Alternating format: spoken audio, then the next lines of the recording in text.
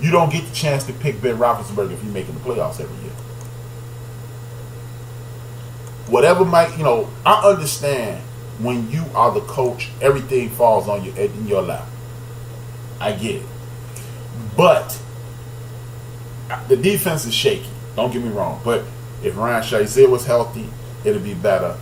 And it's not my job to coach scrubs into good players. Give me some good players and I can turn them great. Because look what's happening in New England.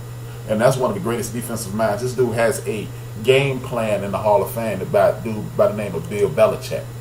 He has a game plan in the Hall of Fame, slowing down that K-gun back in the 90s.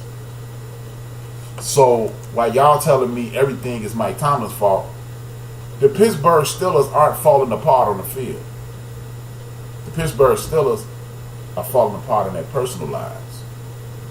Everybody's angry with Le'Veon Bell. The Pittsburgh Steelers are breaking social constructs. I've never seen anybody in the history of me watching a game speak on another dude's pockets. The Pittsburgh Steelers are doing that. No coach can stop you from speaking on somebody's pockets. As a matter of fact, them speaking on the pockets, a weaker player would have folded and been on the team now. So they're actually helping the cause. Antonio Brown. I don't really know what's going on with AB, but at the end of the day, the Pittsburgh Steelers paid AB for bad behavior. At some point, when you are doing everything out of the ordinary, maybe it's time to cut ties and say, you know what, this is a problem that's going to be bigger than we can handle. Because, contrary to popular belief, you can find another Antonio Brown or something in that nature before you find another Le'Veon Bell, I'll tell you that. See, all that nonsense about, well, you can find a running back in the 4th round. They just did it. You guess what? Tom Brady was found in the 6th round and Joe Montana was found in the 4th round. Drew Brees was found in the 2nd round. So you can find a quarterback anywhere too then, huh? I ain't think so. So, while everybody pointing the finger at Mike Tomlin and saying, this is it's out of control in Pittsburgh. It's out of control in Pittsburgh. No, it's not. Because one thing I know, one thing for sure, when something going wrong in Green Bay, yeah, they take a swing at Mike McCarthy. They talk to Aaron Rodgers. When something going wrong in New England, they take a swing at Bill Belichick, but they go right to Brady and ask Brady some questions that he don't never answer. But when things were going wrong in Indianapolis, they talked to Peyton. Yeah, they took a swing at Tony, but they talked to Peyton. So please, James Brown, please, explain to me why ain't nobody pointing the finger at Ben Roethlisberger. Because one of the best play callers in the league in recent memory has been run out of town by one Ben Roethlisberger. One Ben Roethlisberger violated another unwritten rule, a social construct in football, by throwing his coach under the bus after he threw a pick. Nobody even identified the fact that Ben Roethlisberger threw that pick while I wanted to spike the ball. I bet, I don't know Haley, I don't know Mike Tomlin, I don't know anybody who's ever I don't even know too many people that bought Steelers jerseys. But I know one thing for sure. They didn't call to throw the ball to the cornerback play or the linebacker play. They didn't say, on 3, hit the wide open linebacker. They didn't do that. And nobody's holding Ben Roethlisberger's feet to the fire. Why is that? I hope Trey's still in it. I hope Trey's still in the chat room. Maybe Trey is still a fan. Maybe he can help me. Because nobody is saying, well, what's going on with Ben Roethlisberger? Because I keep watching these games, and then in the last 365 days, in 2 games, there have been 16 regular season games, 2 playoff games, that's 18, and 2 regular season games, that's 20 games. That's not even a season and a half. And Ben Roethlisberger, in less than a season and a half, has had 2 games where he's thrown 5 interceptions, and nobody's talking about it. They kicking Eli in his ass in New York. They kicking his draws right into his ass. You can look at, if he say, you see Fruit of the Loom in the back of his mouth where his tonsils are. They kicking his draws that far into his ass. But nobody talking about Ben. Help me understand that. Le'Veon, look, this is what people don't understand. Le'Veon has watched Ben Roethlisberger get paid and get paid again. He watched AB get paid and get paid again. And nobody went, oh, well, he was smoking weed that one time. If I'm arguing about some bread, but you know what? If you argue about bread, I bet you he ain't smoking no more weed. Because you know what? He don't have a drug. He getting tested 10 times a week. And there's ways to get your money back and not count against the salary cap if he do it again. So it's not like you're going to be hamstrung. Second thing, it's hard as hell going out there to play after you seen your man Ryan Shazier almost lose his life and his ability to walk. And now you want me to wait on my money.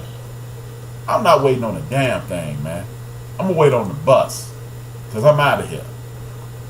And if you don't want to pay him, why not trade him, Pittsburgh? But is that Mike Tomlin? No, it's not. That is institutional ineptitude. That's the Pittsburgh. See, we like to laud over the Pittsburgh Steelers and talk about how great their franchise is. But at the end of the day, their franchise is choking. They struggling. Because you know what? You paying everybody but the people that you want, that need to get paid. You pay everybody but the people who need to get paid. Don't tell me to wait till next year and everybody else getting paid. Damn that. Damn that. I ain't trying to hear that. AB got paid. Big Ben got paid. Y'all talking about trying to renegotiate with Big Ben now. Y'all paying everybody but me. Well, since y'all don't want to pay me, I got my hat. Let me get my coat and get the hell up out of here. That's how I feel. See, a lot of people hearing. See, this is why you need to continue to listen to the Barbershop Show on Tuesday, this show on Wednesday, and Posting in the Pain with Doc Bell, the Angry Black Man, on Thursday. Because we telling people the truth. Here's the truth. The Pittsburgh Steelers did offer Le'Veon Bell a $32 million contract. And the people who work every day, they going, man, ain't nobody offered me $32 million because your ass can't run with a football real fast and knock 400-pound men off your back. So when you do that, when you can do that, then we'll give you a bunch of money. 2, this ain't nobody coming to the damn burger joint to see you flip them damn burgers. So stop comparing yourself to these stars. 2, and most important, they did offer him $32 million, but only $14 million of it was guaranteed. You hear me? $14 million was guaranteed. Guess what that's equivalent to? The franchise tag. So they didn't offer him anything. He was gonna get $14 or $15 million on the franchise tag. If you only gonna give me guaranteed what I was gonna get with the franchise tag, you're not offering me a contract. I'm still playing on the franchise tag. You see what I'm saying? I'm still working off the franchise tag. So, how is it that you telling Le'Veon Bell to come on in? If I know this sitting in Chicago, I know all you everybody in Pittsburgh locker room know what's going on. But y'all want him to say, damn that, because you making more money than me. Pocket watching, man. Sucker shit. Sucker shit. That's what I call it. Sucker shit. Because when my man said that about that dude, he makes 7 times the money I make, I was just, first thing popped in my mind, oh my God, are you serious? You just talked about my money? Never heard of that. But see, those are not coaching things. That's parenting. Because if you got your father at home, or your mama, your uncle, your grandfather told you, don't worry about what somebody else got. You just worry about yours. And this is a game where I'm literally putting my life on the line, and you telling me, cool out, don't worry about it. Cool out, don't worry about it, my ass. That's crazy, man. But back to the league, man. Back to the league. Let's go back to some of these scores. Now, the best team in football right now is the Los Angeles Rams. They play one of the most inept teams in football. Another new coach going down for the count. The Los Angeles Rams. Jared Goff, 32 passes thrown, 354 yards, heating their asses up. But I bet you here go one thing. Like I told you, throw the score, you run. You throw the score, you run to win. Ty Gurley, 19 carries. Malcolm Brown, 12 carries. Jared Goff, 2 carries. People, those are really not carries. They count sacks as carries. But at the end of the day, it's 33 carries versus 32 pass attempts. First and foremost, another team that they got another quarterback stealing. I promise you, if Sam Bradford shows up to work in anything but a ski mask, he should get jumped because he's been stealing for a very long time. A very, very, very long time, I tell you. Now, the Rams are an example of what I've been telling people. Most teams are not trying to win. The Rams got a bunch of dudes on very short-term contracts, paying them a whole lot of money because they want to continue to keep that revolving door open. Because when you do that, they're doing the same thing the Eagles are doing. This is a balanced team. We're gonna use our salary cap to our advantage. And when you do that, you can try to win right now and then get people out the door. Magic Johnson is doing that with the Lakers, and the Rams are doing that with their team. They have a very balanced offense. It's a situation to whereas 19 points scored in the second quarter, 8 points scored in the third quarter, 7 points scored in the fourth quarter. This is a team that has their hat on straight.